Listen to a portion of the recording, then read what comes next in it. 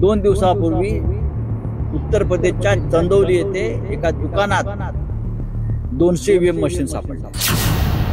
आसाममध्ये सिलचर येथे 300 पेक्षा जास्त ईव्हीएम मशीन एका ट्रक मध्ये सापडल्या। तो ट्रक सुद्धा भारतीय जनता पक्षाच्या तिकडल्या प्रमुख पदाधिकाऱ्याच्या नावावर। भारतीय जनता पक्ष हा डरपोक पक्ष, ईव्हीएम नसेल किंवा चंदीगड पॅटर्न नसेल तर भारतीय जनता पक्ष म्हणजे बेईमानी केल्याशिवाय ती चंदीगड मधली निवडणूक जिंकू शकत नाही महापौर पदासाठी। ईव्हीएम वरून विरोधी पक्षांकडून भाजपवर सातत्यानं हल्लाबोल केला जातो।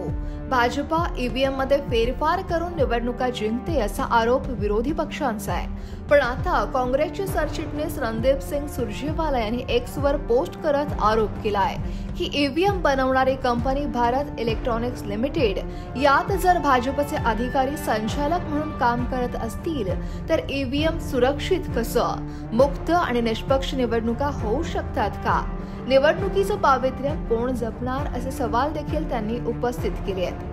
तर यूपी मध्ये 300 ईव्हीएम एका दुकानात मिळाले आहेत। ईव्हीएम है तो मोदी है असं म्हणत संजय राऊतांनी गंभीर आरोप केले आहेत। ईव्हीएम जे चाललंय ना, विरोधी पक्षाला काय कळतंय?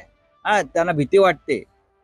2 दिवसापूर्वी उत्तर प्रदेशच्या चंदौली येथे एका दुकानात 200 ईव्हीएम मशीन सापडल्या, ते जप्त केलं। 200 एका दुकानात। तो भाजपचा पदाधिकारी आहे। आसाममध्ये सिलचर येथे 300 पेक्षा जास्त ईव्हीएम मशीन एका ट्रक मध्ये सापडल्या।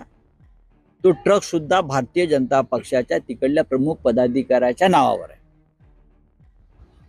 लोकसभा निवडणुका जसं जवळ येतात तर तसा ईव्हीएम मशीन ठिकठिकाणी सापडतात, लोक पकडून देत आहेत। हा काय खेळ आहे?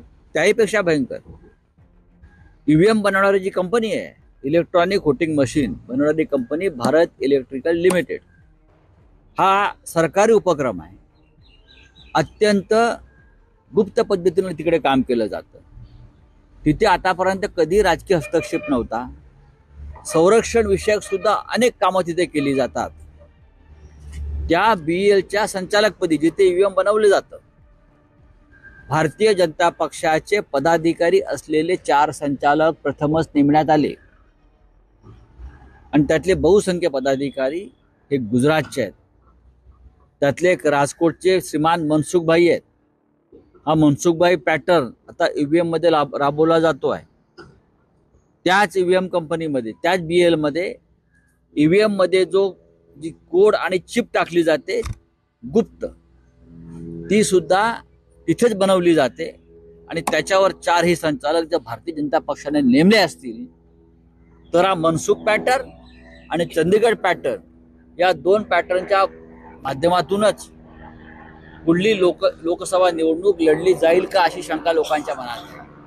आधीच लोकांचा ईव्हीएमवर विश्वास नाही। त्याच्यामध्ये ज्या पद्धतीनं देशामध्ये ईव्हीएम सापडतायत ठिकठिकाणी 1000, 500, 400, या कशासाठी आणि कोणाच्या मालकीच्या आहेत? हा काय घोटाळा आहे?